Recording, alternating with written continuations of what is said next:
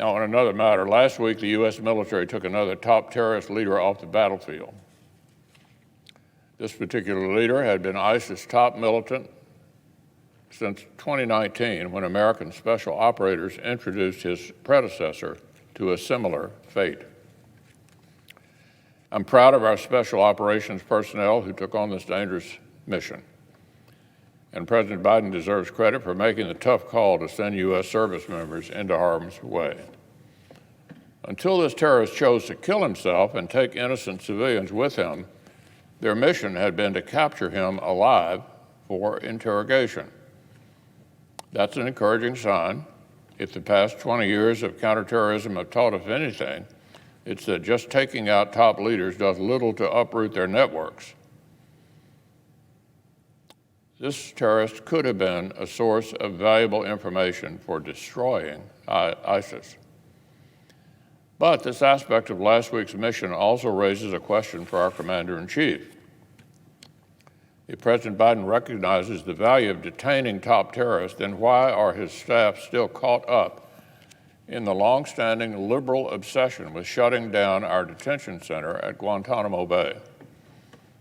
The White House said last year that closing Gitmo was, quote, certainly our goal and our intention. But last week, U.S. forces undertook this mission that was designed to take this terrorist murderer alive for detention and questioning. So how exactly was the Biden administration planning to square their political quest to close Guantanamo with their stated intention to capture the terrorist alive?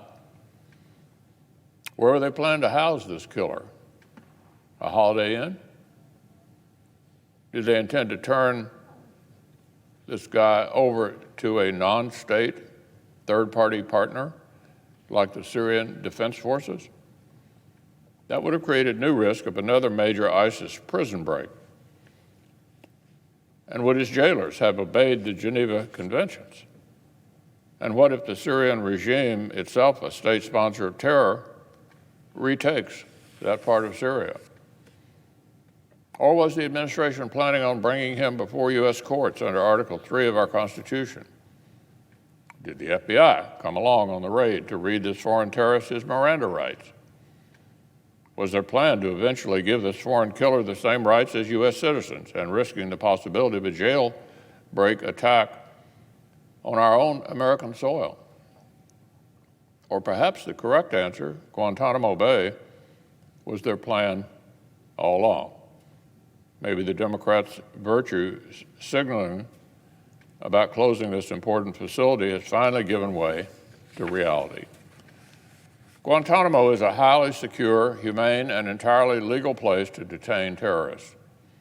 It would have been the safest place to interrogate this terrorist, well within the bounds of the laws of war.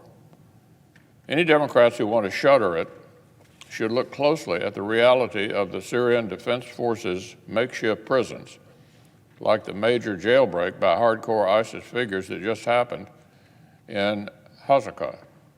They should remember the massive ISIS prison break when the Taliban overran Bagram in Afghanistan.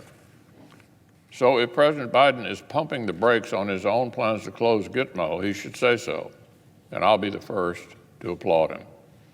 If he isn't, he owes the country some answers about his intentions with last week's raid and our national security going forward. September the 11th taught us definitively that we cannot treat terrorism as merely a law enforcement challenge. I hope and pray it does not come to pass that this administration is forced to relearn the lesson the hard way.